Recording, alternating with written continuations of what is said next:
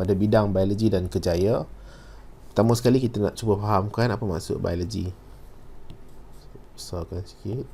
Jadi biologi adalah datang daripada dua perkataan iaitu bios dan logos. Ini asalnya daripada perkataan Greek ya.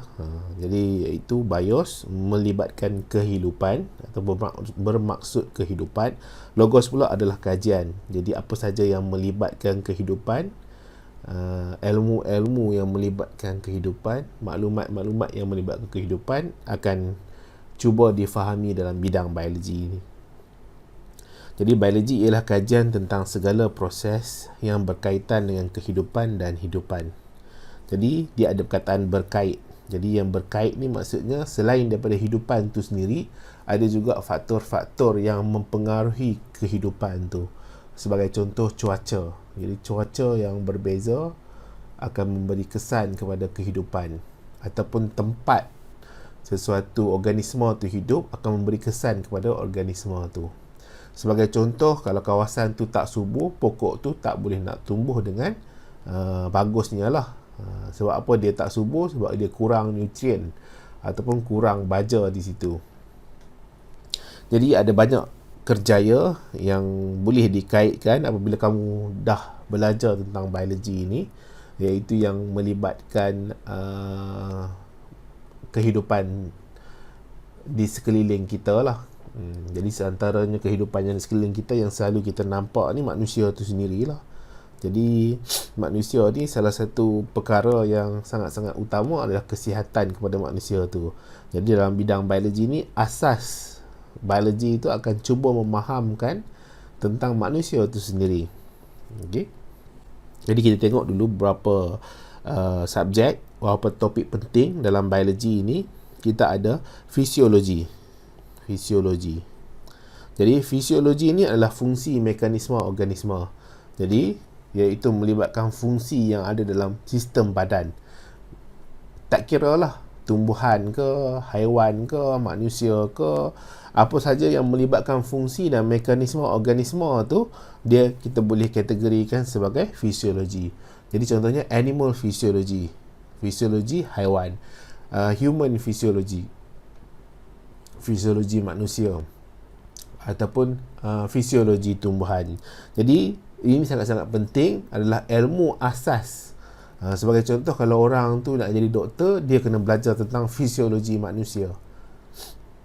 Kemudian kita ada yang berkait rapat dengan fisiologi ni, anatomi. Jadi anatomi ni adalah struktur dalam dan organisasi organisma. Jadi anatomi. Jadi kalau anatomi ni kita tengok tak di hujung jari. Jadi dia ada nama pada di hujung jari itu. Tulang-tulang yang ada dalam badan manusia, dia ada nama-nama dia. Jadi itu melibatkan anatomi secara ringkasnya lah. Yang ini pun sama juga, selalunya student perubatan yang nak jadi doktor tu, dia akan belajar tentang anatomi, fisiologi. Kaitkan antara struktur-struktur yang ada pada contohnya manusia dengan fisiologi. Apa fungsi struktur tu?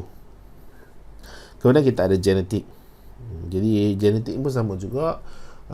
Antara kerjaya yang penting yang perlukan ilmu genetik ni adalah doktor tu sendirilah, ataupun ahli genetik. Ahli genetik ni macam-macam ya. Forensik pun dia memerlukan ilmu genetik juga. Forensik sebab apa? Di dalam genetik tu ada DNA fingerprint, iaitu cap jari DNA untuk criminal investigation, penyiasatan penjenayhan, lebih kurang lah.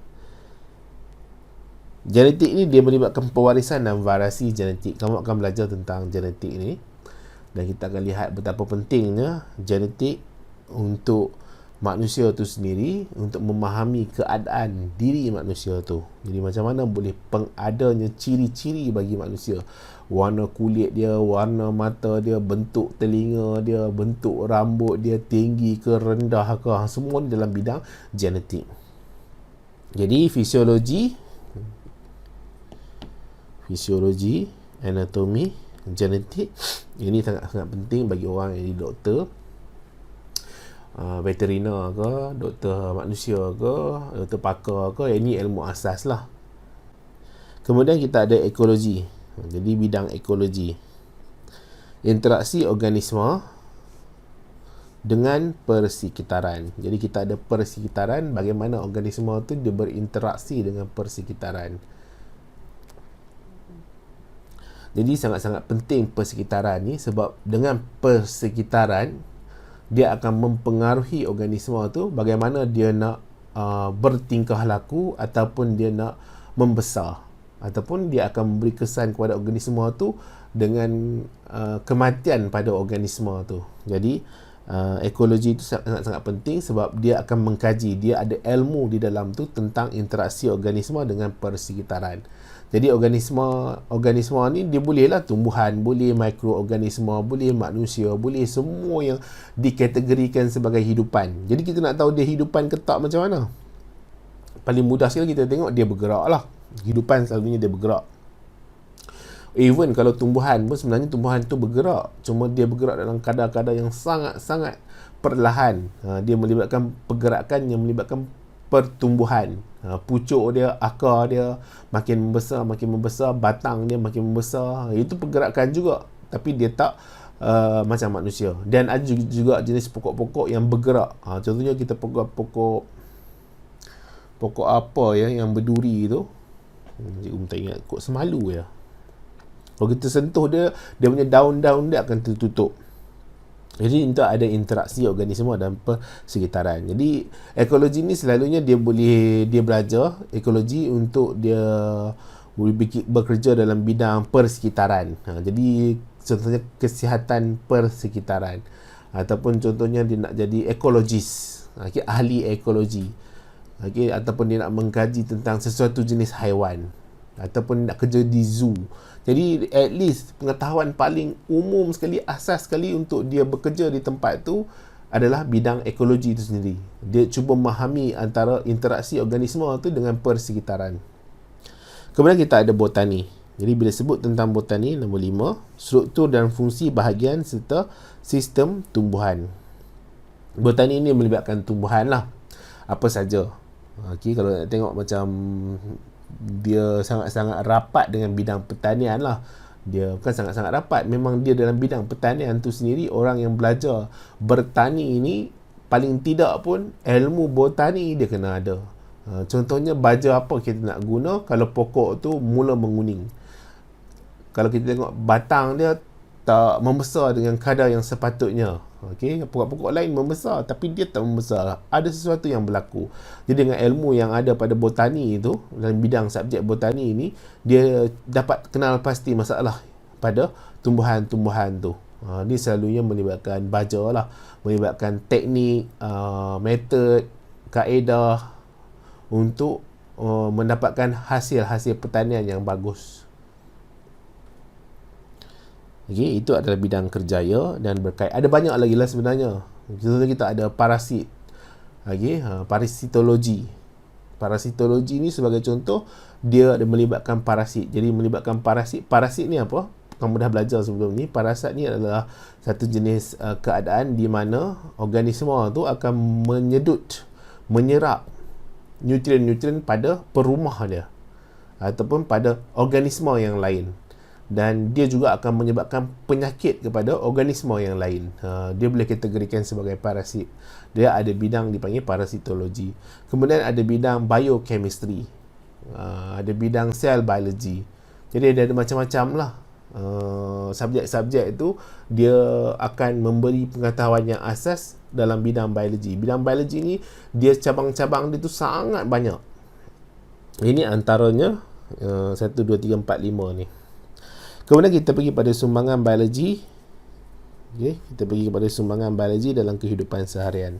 Sebagai contoh perubatan. Jadi perubatan kita ada doktor. Jadi doktor ni dia merawat orang yang sakit. Jadi of course kita pergi jumpa doktor yang ada kat klinik itu. Itu doktor umum lah. Kalau kita pergi, dia tengok suhu badan kita, dia tengok mulut kita, dia tengok cek kita punya darah tinggi, kita punya pernafasan, kita punya degupan jantung, kita punya degupan nadi, untuk lihat sama ada kita sihat atau tak. Kemudian doktor ni dia ada peringkat yang atas pula, doktor pakar. Jadi maksudnya doktor tu dia ada kos ataupun dia sambung pengajian untuk dia dapat kepakaran, iaitu dalam bidang-bidang yang tertentu. Contohnya pakar kulit, pakar mata, pakar jantung, pakar kanak-kanak. Jadi doktor. Jadi sangat-sangat penting lah. Doktor ni memang sangat-sangat berkait rapat sebab manusia ni memang akan sakit kan. Kemudian kita ada sumbangan dalam bidang farmasi. Jadi farmasi ini dia akan selalunya dia melibatkan suplemen atau ubat-ubat yang kita makan. Sebagai contoh adalah penghasilan vitamin. Jadi dia akan ekstrak, mungkin dia akan ekstrak ataupun adalah teknik dan prosedur dia untuk dia ambil vitamin-vitamin yang ada pada makanan, ada pada tumbuhan, ada pada buah-buahan untuk dikeluarkan dan dia buat dalam bentuk tablet atau pil. Jadi senanglah orang yang tak suka makan buah tu, kurang vitamin C tu, mungkin dia selalu gusi berdarah, dia tak suka makan sayur ke, jadi dia boleh ambil suplemen atau pil ni supaya dia dapat gantikan vitamin-vitamin yang dah hilang dalam tubuh badan dia. Disebabkan oleh penggunaan, satu disebabkan oleh dia kurang makan vitamin-vitamin tu. Kemudian adalah penghasilan hormon. Jadi ada hormon yang dihasilkan. Kadang-kadang dia gunakan teknologi menggunakan mikroorganisme untuk menghasilkan hormon. Dia untuk menghasilkan hormon. Sebagai contoh, kita ada hormon insulin dan glukagon. Jadi dia boleh guna bakteria untuk dia tuai ataupun dia buat ladang penghasilan insulin. Jadi insulin tu, jin-jin tu dimasukkan ke dalam jin ni apa? Jin ni adalah struktur pewarisan DNA tu, dia masuk dalam mikroorganisme ni. Jadi mikroorganisme tu boleh menghasilkan insulin. Jadi bila dia hasil insulin, dia pecahkan mikroorganisme tu, dia kumpul semua insulin yang ada. Adalah proses dia. Nanti kita akan cuba fahamkan lah. Kemudian penghasilan ubat. Jadi contohlah ubat-ubat, banyak macam jenis ubat lah. Jadi dia ada ubat yang kita akan tengok beberapa jenis nanti. Tentang ubat ni. Jadi untuk ubat ni dia nama umum lah. Nama umum sebagai contoh, kalau kita makan antibiotik pun kita panggil ubat juga kan. Jadi antibiotik itu dia adalah berfungsi untuk membunuh bakteria-bakteria yang ada dalam tubuh badan. Supaya orang tu kembali sihat lah. Jadi itu pun ubat jugalah. Ada jenis ubat yang macam-macam jenis lah. Kemudian kita ada makanan. Jadi teknologi yang melibatkan makanan. Jadi dengan adanya kefahaman tentang biologi, ilmu biologi ini, kita tahu apa yang menyebabkan makanan tu rosak. Jadi apabila kita tahu apa yang menyebabkan makanan tu rosak, kita perlu sangat-sangat bersedia ataupun kita boleh mengelaklah makanan tu daripada rosak dengan teknik-teknik tertentu. Sebagai contoh, teknik pengawitan. Kita awetkan makanan tu. Jadi kita awetkan guna garam ke, guna gula ke, tak kisahlah. Ataupun kita penjerukan, kita jerukkan guna cuka sebagai contoh. Jadi proses tu, makanan tu akan tahan lama. Ataupun pengetinan, kita tinkan makanan tu, kemudian kita kenakan haba untuk bunuh semua bakteria. Jadi makanan tu akan tahan lama sebab bakteria tu tak menguraikan makanan tu kepada bahan yang ringkas. Kemudian kita ada pertanian. Jadi teknologi-teknologi yang ada dalam kefahaman dalam biologi ini digunakan untuk pertanian. Sebagai contoh, kawalan perosak. Jadi kita tahu ada certain bahan kimia yang mana akan menyebabkan serangga-serangga ni bila terdedah dia akan mati. Tapi kalau kena kat manusia tak mati. Jadi sebagai contoh Riksek kan. Jadi Riksek tu bila spray kat manusia tak adalah mati. Kalau spray kat nyamuk dia mati. Jadi dia ada ilmu di sebalik itu yang menyebabkan kenapa nyamuk tu boleh mati. Sama juga kat ladang-ladang pertanian ni. Contohnya kat padi ni kita ada macam kumbang-kumbang, dia panggil bena perang lah, bena hijau, yang mana akan memusnahkan pokok-pokok padi ni, menyebabkan dia tak boleh nak menghasilkan padi-padi beras-beras. Jadi dia ada teknologi pengawalan perosak. Jadi semua ilmu ni dia ada dalam bidang biologi.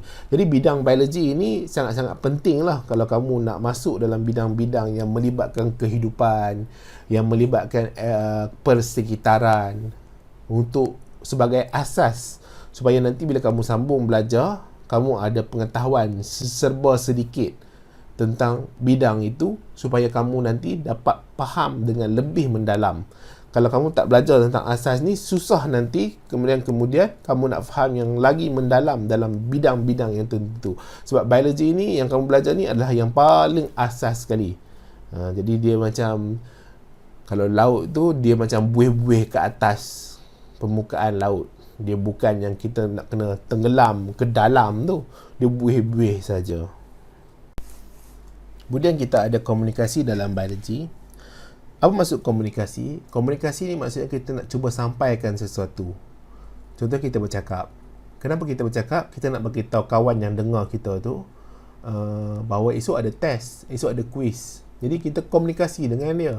Jadi kita komunikasi dia dengan macam mana kita bercakap. Kita keluarkan suara kita. Suara kita akan lalu pada saluran telinga tu, akan kena pada genggendang telinga, pergilah tulang osikal apa semua tu, akan hantar ke otak dan sampailah maklumat ke otak bahawa esok ada test quiz.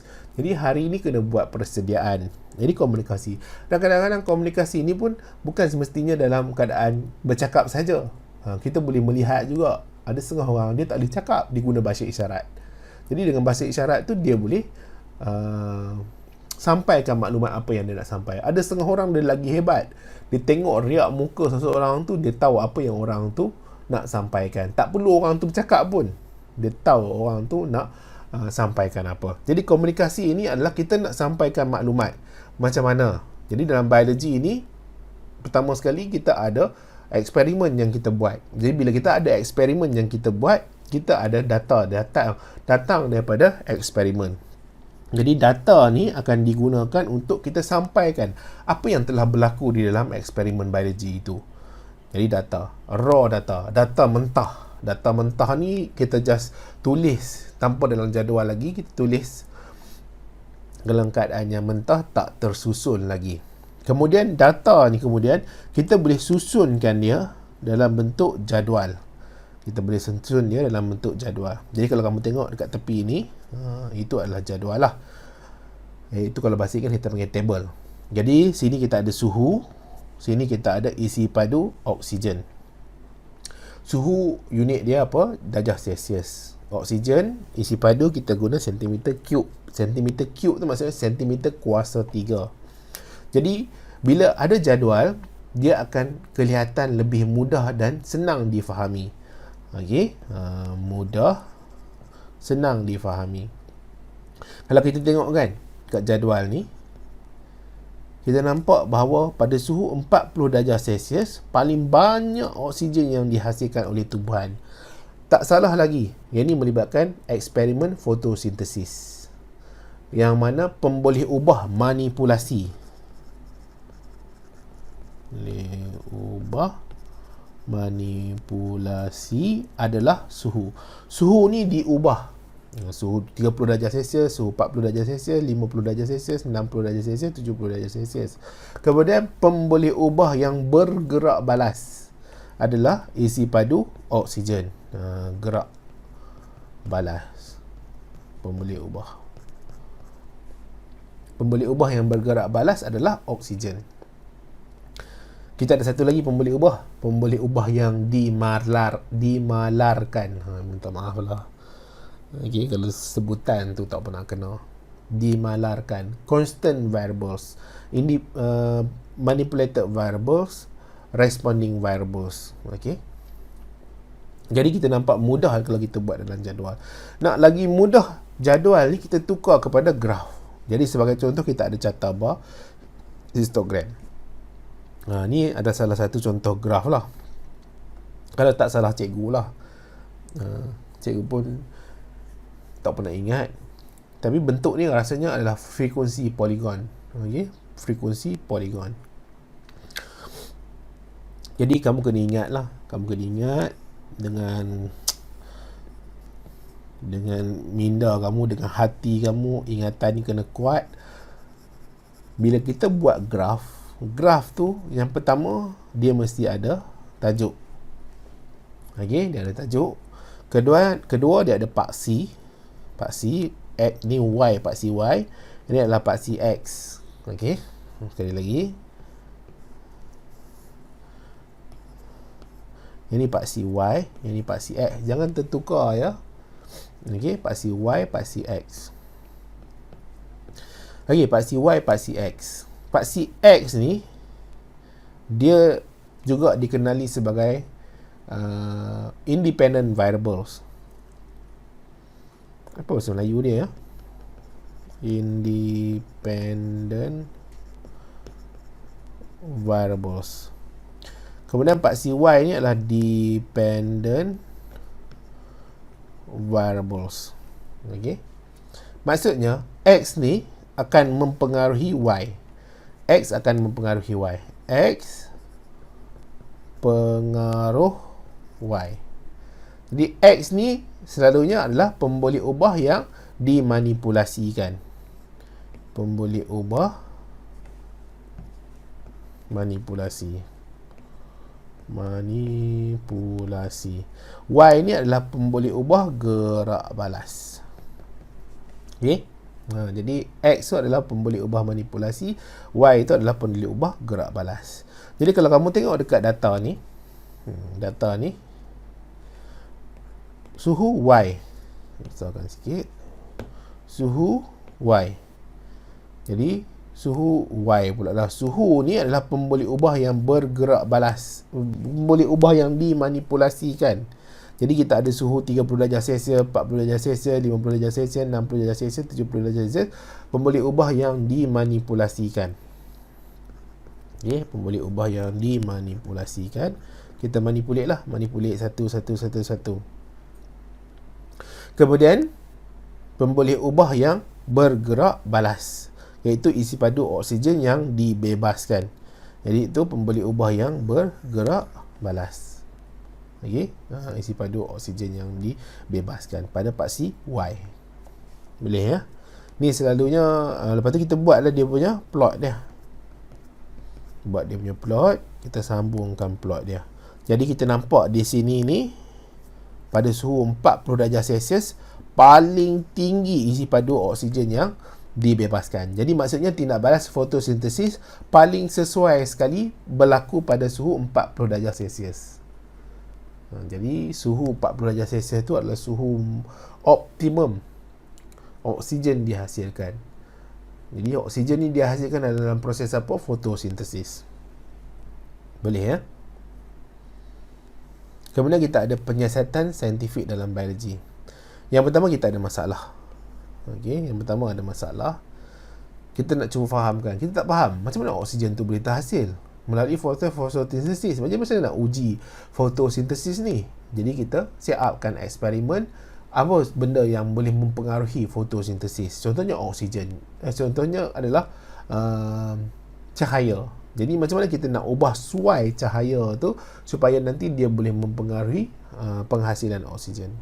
Kedua adalah hipotesis. Jadi kita buat hipotesis kita, ramalan awal kita, apa yang kemungkinan akan berlaku. Okey, apa yang kemungkinan akan berlaku, result dia tu macam mana. Jadi satu lagi ada inference.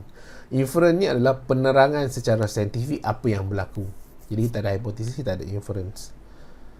Kemudian kita datangkan dengan prosedur nombor 3. Method dia tu kita nak buat macam mana, kaedah dia tu macam mana. Okey, apa kaedah dia. Kemudian kita jalankan eksperimen, kita kumpul data dan kita buat kesimpulan. Nanti kamu akan buatlah eksperimen dekat sekolah kan. Jadi itu adalah dia punya senarai-senarai yang mana kamu kena buatkan. Dalam buku teks pun tak salah ada. Kemudian dia ada bahan-bahan lain yang ataupun maklumat-maklumat lain, teknik-teknik lain yang kamu kena fahamkan dalam biologi ini. Contohnya kita ada image. Kita ada image bahasa Melayu apa? Gambar rajah. Jadi kita ada gambar rajah. Jadi gambar rajah ni dalam biologi dia ada, kita potong dia dalam keadaan keratan rentas melintang. Keratan rentas, keratan melintang. Jadi kita potong dalam keadaan yang macam ni. Potong dalam keadaan macam ni. Jadi bila kita potong dalam keadaan yang macam tu, dia kemungkinan kita boleh dapat bentuk bulat yang macam ni, iaitu keratan rentas. Tapi yang ini adalah batang dicotyledon. Jadi dalam keratan rentas tu kita ada lapisan luar, kita ada lapisan tengah, kita ada lapisan dalam. Lapisan luar, lapisan tengah, lapisan dalam. Dia adalah struktur dia empurul, cortex, phloem, xylem. Jadi kita boleh labelkan dia lah dengan garis lurus, labelkan dia. Kita tak buat anak panah ya. Buat anak panah kan. Buat anak panah. Tak, anak panah ni boleh dibuat dalam gambar rajah biologi, tapi dia menunjukkan benda masuk, benda keluar. Itu anak panah. Tapi kalau dia tak masuk, tak keluar, dia hanya nama pada struktur, kita tak buat anak panah. Jadi kita tak buat anak panah, kita just garis direct macam tu saja. Tak ada orang buat bengkok-bengkok, tak ada lah. Kan? Bengkok-bengkok tak ada lah. Selalunya garis lurus lah. Kemudian kita ada keratan membujur. Jadi keratan membujur kita potong daripada keadaan macam ni lah. Keratan membujur. Kemudian adalah nama pada struktur. Kalau atas ni dia superior. Jadi yang melibatkan atas superior. Jadi kepala ni superior badan. Kepala ni superior bagi kaki. Kaki tu inferior berbanding kepala. Boleh faham tak? Kepala superior pada kaki. Okey. Jadi kepala tu superior, dia bahagian atas. Kaki tu inferior. Jadi kaki inferior kepada kepala. Atas, bawah. Anterior ni depan. Muka kita ni anterior. Jadi hidung terletak pada anterior muka, anterior kepala. Jadi rambut belakang lah. Belakang sini adalah posterior. Boleh ya? Anterior, posterior. Atas, superior, bawah, inferior. Kemudian kita ada dorsal dengan ventral. Kalau macam ikan ni, bahagian atas ni adalah dorsal. Manusia pun ada dorsal dengan ventral juga. Ada dorsal dan ventral. Kamu cuba tekan kat Google tu, Google search, kamu tekan dorsal ventral for humans. Nanti kamu tengok dia punya bentuk dia macam mana. Tapi untuk yang ikan, cikgu nota ni cikgu buat semua ni berdasarkan buku teks.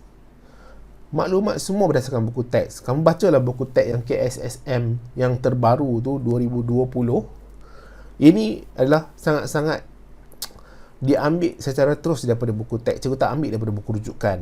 Jadi kalau kamu tak ada nota ni pun, kamu boleh baca buku teks, dia sama je sebenarnya. Kemudian kita ada dorsal bahagian atas, ventral ni bahagian bawah pada ikan ni, anterior ni kat bahagian depan, posterior ni bahagian belakang. Kemudian kita ada yang struktur manusia ni. Jadi kalau kita buat keratan rentas pada kerasan tengah macam ni kan, tengah macam tu, dia panggil satah sagittal. Jadi bila kita buka dia nanti, dia ada separuh mata saja. Jadi pun secara detail boleh tengok lah, sebab dalam buku teks dia buat 3D. Cikgu buat ni tak 3D lah. Dia satah sagittal. Bawah kan, bila bawah dia inferior lah, atas dia superior. Kemudian lateral pula bahagian sisi. Pipi kita ni kan, dia bahagian lateral sisi. Kemudian kita ada satah ni, satah melintang. Lateral ni sisi. Satah melintang, dia satah melintang. Kemudian kita potong dia pada tengah-tengah ni. Betul, kita panggil satah frontal. Boleh ya?